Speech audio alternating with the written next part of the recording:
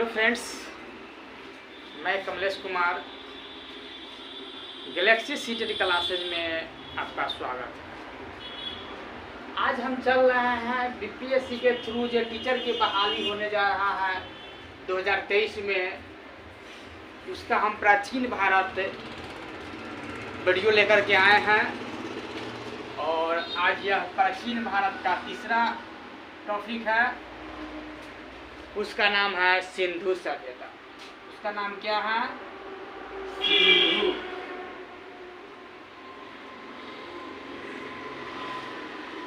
सिंधु सभ्यता, इसके बारे में क्या करेंगे हम लोग? चर्चा करेंगे सिंधु सभ्यता के बारे में।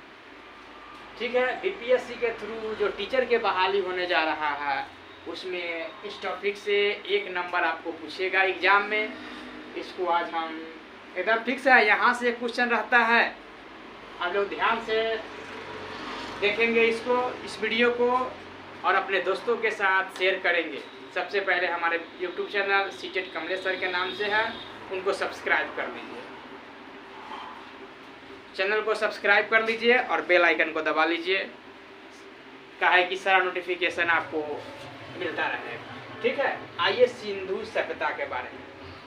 सिंधु सभ्यता radio carbon C14, radio carbon C14 क्या चीज बोला जाता है? C14 जैसी,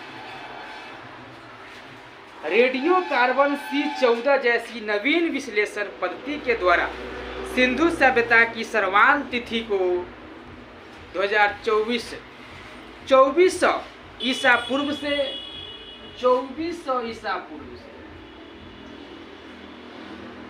1700 ईसा पूर्व बोला जाता है। 2400 ईसा पूर्व से 1700 ईसा पूर्व मानी जाती है। इसका एक और है 2500 से, कोई बुक में 2500 से 1500 ईसा पूर्व भी दिया जाता है। ठीक है, सारा जो डिटेल्स है सारा बता रहे हैं। एग्जाम में जो आए इसी रेशियो पर आप लोग मारेंगे। एक और है 2350 से 1750, 2350 से 1750, यह तीनों डाटा सही है। ठीक है, जो आपके एग्जाम में आएगा इसी रेशियो से आएगा। 2400 से 1700, 2500 से 1500 और 2350 से 1750 के बीच मानी जाती है सिंधु घाटी सभ्यता का कार्यकाल। सिंधु सभ्यता की खोज राय बहादुर दयाराम साहनी ने किया था। सिंधु सभ्यता की खोज कौन किया था? राय बहादुर दयाराम साहनी ने किया। VVI पॉइंट है, सिंधु सभ्यता की खोज राय बहादुर दयाराम साहनी ने किया है। ठीक है, सिंधु सभ्यता को प्रागैतिहासिक अथवा कांस्य युगीन रखा जा सकता है। इस सभ्यता की मूल निवासी द्रविड़ कह रहा है। यहाँ से भी क्वेश्चन बोलता है, मूल निवासी को द्रविड़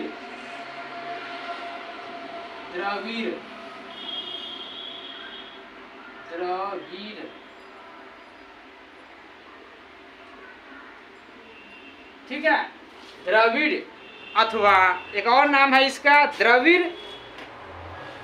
ठीक है, इसका एक और नाम है भूमध्य सागरीय भी इसको कहा जाता है। द्रविड़ को क्या है? भूमध्य सागरीय भी कहा जाता है। एक बार और रिकॉल करते हैं। सिंधु सभ्यता की खोज राय बहादुर दयाराम साहनी ने की है। सिंधु सभ्यता को प्रागैतिहासिक अथवा कांस्य युग में रखा जा सकता है। इस सभ्यता के मुख्य निवासी द्रविड़ एवं भूमध्य सागरीय थे। सिंधु सभ्यता के सर्वाधिक पश्चिमी पुरा स्थल दाशक नदी के किनारे स्थित सुतकोंडा बलूचिस्तान, पूर्वी पुरा स्थल हिंडन नदी के किनारे आलमगीरपुर जिला मेरठ में पड़ता है उत्तर प्रदेश में, और उत्तरी पुरा स्थल चिनाब नदी के तट पर अखनूर के निकट मांदा कहाँ पड़ता है? जम्मू कश्मीर में, तथा दक्षिण पुरा स्थल गोदावरी नदी के तट पर दईमाबाद जिला अहमदाबाद महाराष्ट्र में पड़ता है। ठीक है, अगला पॉइंट, सिंधु सभ्यता या संधव सभ्यता क्या है? नगरीय सभ्यता थी। सिंधु सभ्यता या सैंधव सभ्यता नगरीय सभ्यता थी।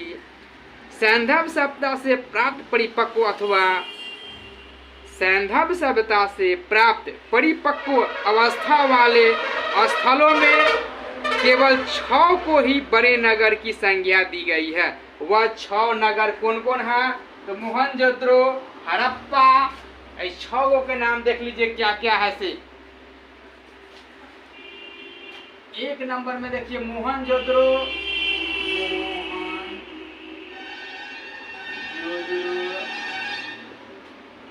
2 नंबर में हड़प्पा, धौलावीरा होगा अगला, गनवारी वाला, गनवारी वाला 6 गो है। चौथा नंबर में है आपको धौलावीरा। चौथा नंबर में क्या है?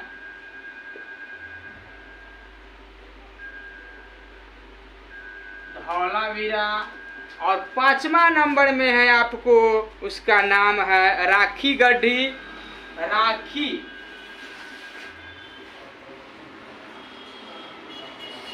गढ़ी। और 6ठा नंबर में है कालीबंगन। 6ठा नंबर में आपको क्या है? कालीबंगन। 6ठा नंबर में है कालीबंगन। ठीक है, इस पर थोड़ा और चर्चा करते हैं। देखिएगा ये क्या क्या है से।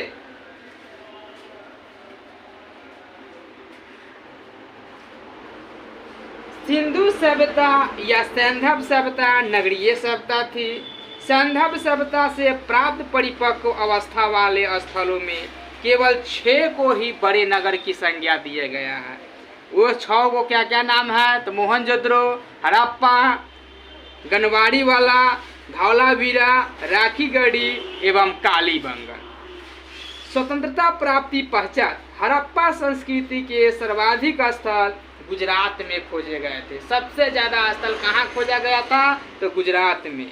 लोथल एवं सुतगोददा सिंधु सभ्यता का बंदरगाह था। अब समझिए बंदरगाह किसे कहते हैं? बंदरगाह। अगला आता है बंदरगाह। बंदरगाह कुछ लोग समझते हैं यहाँ बहुत बंदर होगा उसी को बंदरगाह बोला जाता है। नहीं, ऐसा बात नहीं है। समझ लीजिए, आज डाउट क्लियर कर लीजिए। देखिए बंदरगाह का मतलब होता है बड़ा बड़ा जहाज जहाँ रुकता है। पनिया जहाज जो पानी में चलता है, वह जहाज जिस हमारे समुद्र में उतरता है उसी को क्या बोला जाता है? बंदरगाह बोला जाता है। इसके मार्फत से क्या होता है? व्यापार किया जाता है। माल वहां उस बंदरगाह पर उतरेगा। ठीक है, तो लोथल एवं सुतगोददा सिंधु सभ्यता का बंदरगाह था। जूते हुए खेत और नक्काशीदार ईंटों के प्रयोग का साक्ष्य कालीबंगन से प्राप्त हुआ है। मोहनजोदड़ो से प्राप्त अन्नागार संभवतः सैंधव सभ्यता की सबसे बड़ी इमारत थी। मोहनजोदड़ो से प्राप्त अन्नागार संभवतः सैंधव सभ्यता की सबसे बड़ी इमारत थी। ठीक है, अब देखिए कुछ पॉइंट है वह कहाँ कहाँ से आया है से देखिए। कुछ पॉइंट है वह कहाँ से आया है, इस पर हम चर्चा करते हैं। तांबा खेतरी से। तांबा प्रदेश सिंधु काल में विदेशी व्यापार तांबा खेतरी से, चांदी अफगानिस्तान से, सोना कर्नाटक अफगानिस्तान और ईरान से, टीन अफगानिस्तान और ईरान से, गोमेद सौराष्ट्र से, लाजवर्त मेसोपोटामिया से और सीसा ईरान से। यह क्या है? वहां से हम लोगों को देश में यह माल भेजा जाता था। अगला ये मोहनजोदड़ो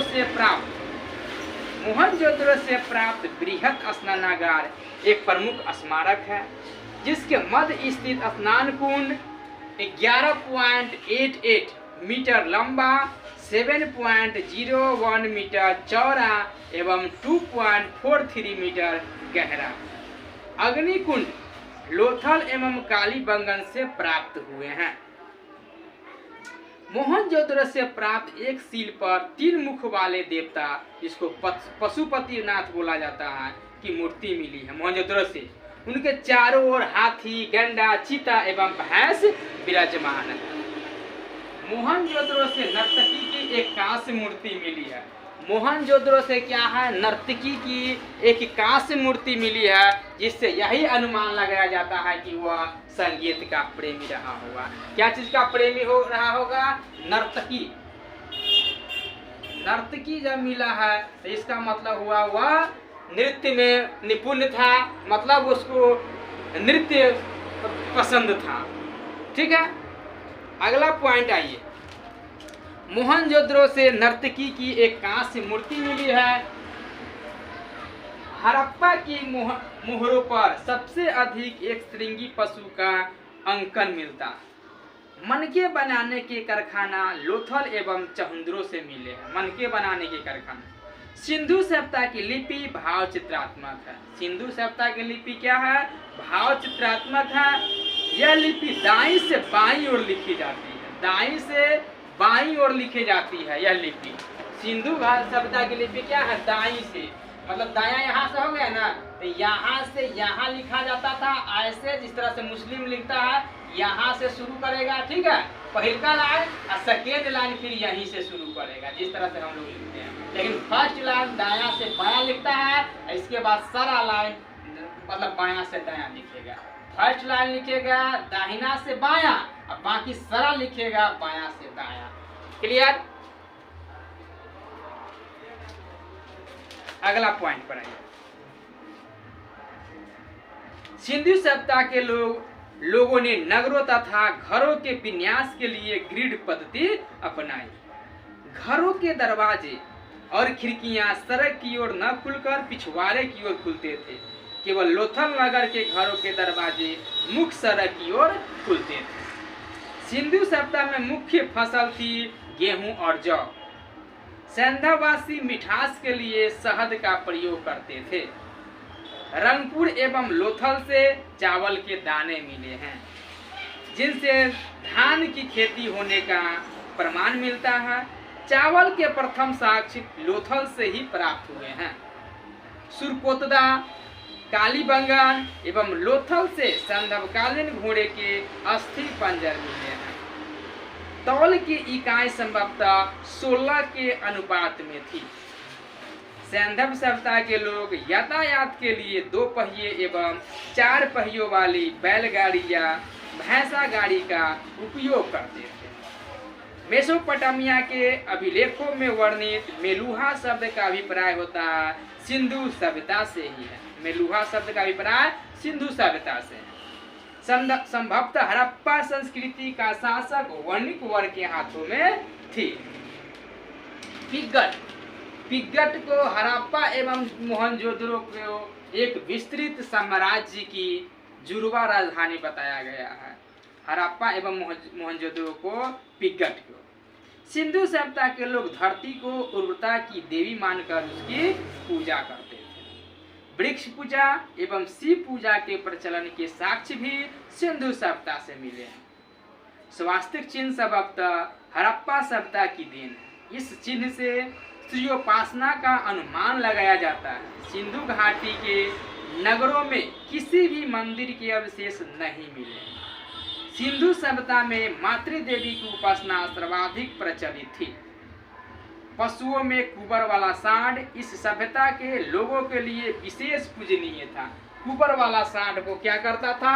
वहाँ के लोग देवता मान करके उसको पूजते थे। किसको? कुबर वाले सांड को। किसको? कुबर वाला सांड को। ठीक है, ऊपर वाले सांड को क्या करते थे? वो देवता की तरह उसको पूजा जाता था। इस सभ्यता के लोगों के लिए विशेष पूजनीय था।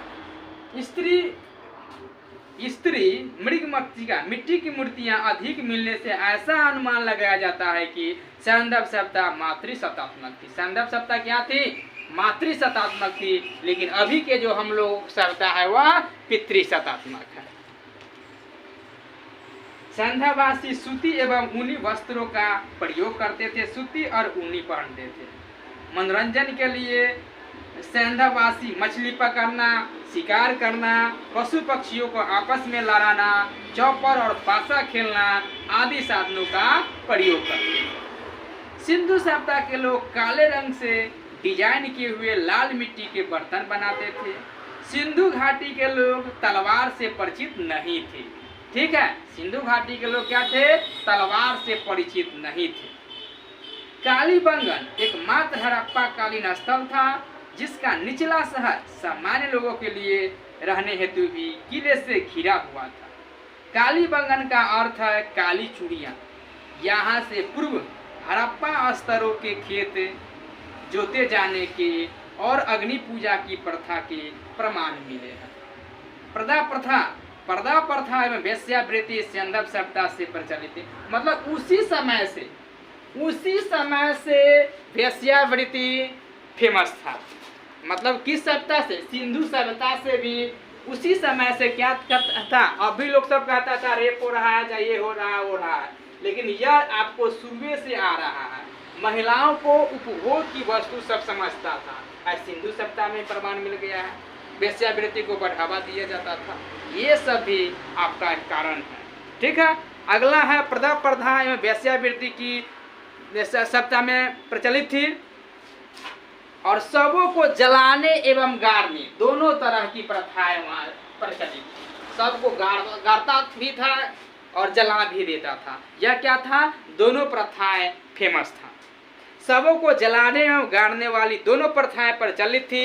हड़प्पा में शवों को दफनाने जबकि मोहनजोदड़ो में जलाने की प्रथा विद्यमान थी। लोथल एवं कालीबंगन में युग्म समाधि मिली। मतलब दोनों समाधि वहां मिला है। सिंधु सभ्यता के विनाश का संभवतः सबसे प्रभावकारी कारण क्या था? बाढ़ था। आज बाढ़ से देख रहे हैं बिहार में, आज बाढ़ से बिहार में तबाही मचा हुआ है और उस समय में सिंधु सभ्यता में भी विनाश का कारण बाढ़ ही होता था। ठीक है, आग में पकी हुई मिट्टी को टेराकोटा बोला जाता है। आग में जो हम मिट्टी को पका देते हैं, आग में जो हम मिट्टी को पकाते हैं उसको टेराकोटा बोला जाता है। ठीक है, आग में पकी हुई मिट्टी को टेराकोटा बोला जाता है। आगे आइए, सिंधु सभ्यता के प्रमुख स्थल और नदी के बारे में। कौन नदी के किनारे है, कौन नदी है, इसके बारे में। हड़प्पा रावी नदी पर है। हड़प्पा कौन नदी पर है? तो रावी नदी पर। याद कीजिए, यहाँ से क्वेश्चन बनता है। हड़प्पा कौन नदी पर है? तो रावी नदी पर है। एक उत्खनन करता कौन है? तो दयाराम साहनी है। हड़प्पा रावी नदी पर कौन है? तो दयाराम साहनी है। मोहनजोदड़ो सिंधु नदी पर है, रखालदास बनर्जी है। चहुंद्रो सिंधु नदी पर है, गोपाल मजुमदार है।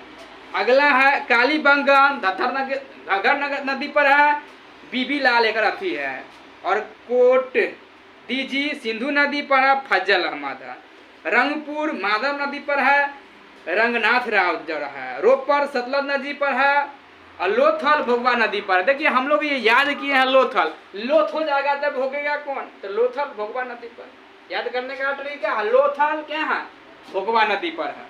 ठीक है, एक बार और इसको रिकॉल कर लीजिए, पूरा इसको देख लीजिएगा। यहाँ से एक क्वेश्चन बनता है।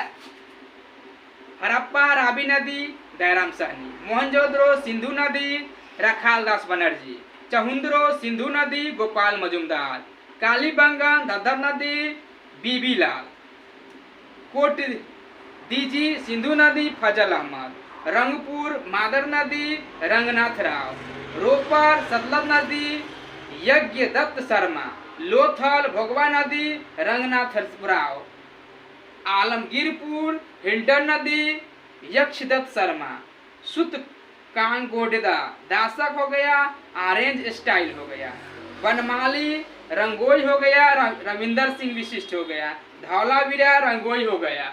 ठीक है, इस तरह से आपको 10 से 12 है प्रमुख स्थल, उसका नदी है और उत्खनन करता है। इससे एक क्वेश्चन आपको एग्जाम में रहता है। इस पर आप लोग क्या करेंगे, ध्यान से देख लेंगे। हड़प्पा कहाँ है? तो रावी नदी पर है। हड़प्पा कहाँ है? तो रावी नदी पर है। ठीक है, इस तरह से आपके एग्जाम में सिंधु सभ्यता से एक क्वेश्चन पूछता है, या फिर पीएससी के थ्रू जो टीचर की बहाली हो रहा है उसमें जीके और जीएस से ज़्यादा क्वेश्चन पूछेगा। मोटा मोटी 75 नंबर और 25 नंबर आपके जो डीएलएड या बीएड से पूछेगा। ठीक है, इसीलिए इस वीडियो को ज़्यादा से ज़्यादा शेयर करें और लाइक करें। धन्यवाद।